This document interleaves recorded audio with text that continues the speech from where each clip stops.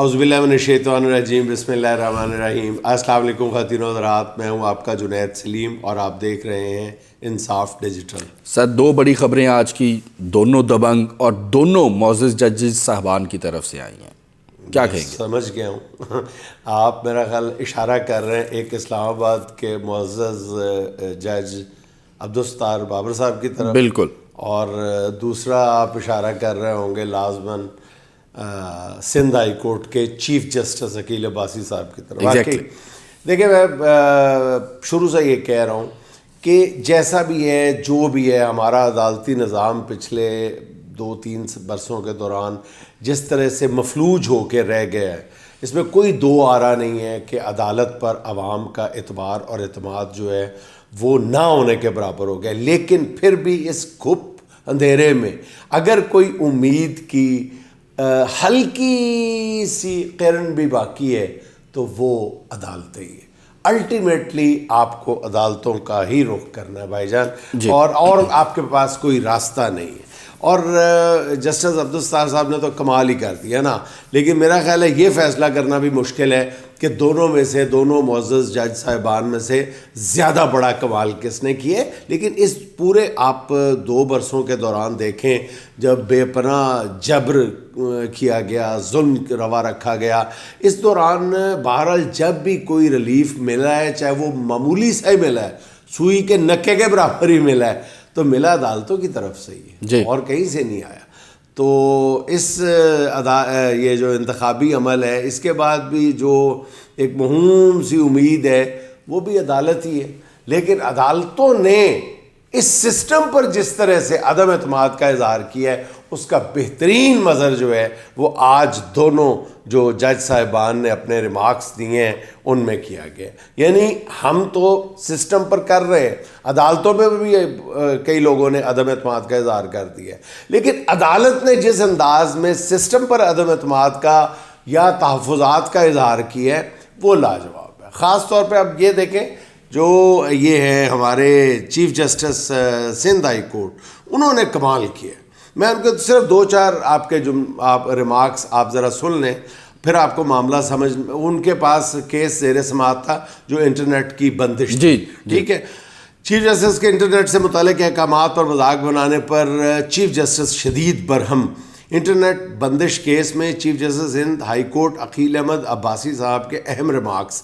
جس طرح آپ لوگوں نے الیکشن کرائے، ماشاءاللہ پوری دنیا تعریف کر رہی ہے، انٹرنیشنل میڈیا بھی دنیا کو بتا رہا ہے کہ پاکستان میں کس طرح کے الیکشن ہوئے ہیں۔ انٹرنیٹ یہاں بھی نہیں چل رہا، وہاں بھی نہیں چل رہا، کہیں بھی نہیں چل رہا۔ لگتا ہے جس طرح کے الیکشن کرائے گئے ہیں بندر بانٹ کر کے، جب تک قبر پر پھول نہیں چڑھا دیتے انٹرنیٹ بحال نہیں ہوگا۔ Chief justice Sindh high court, ایسا مت کریں، ایسا مت کریں، لوگ سمجھدار ہو گئے ہیں۔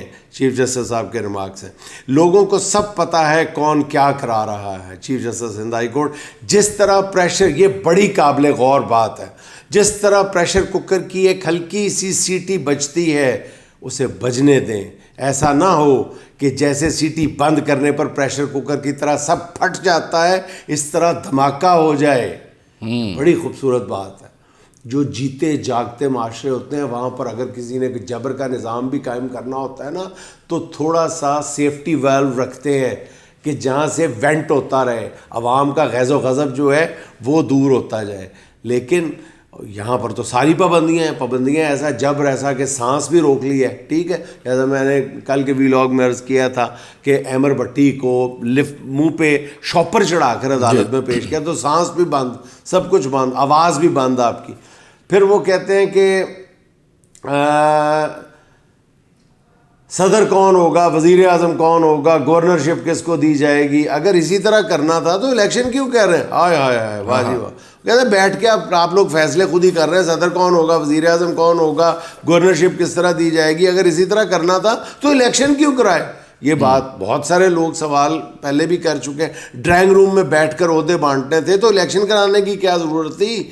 ماشاءاللہ آپ لوگ طاقتور ہیں، جیسی پلاننگ کرتے ہیں ویسا ہی کر لیتے ہیں۔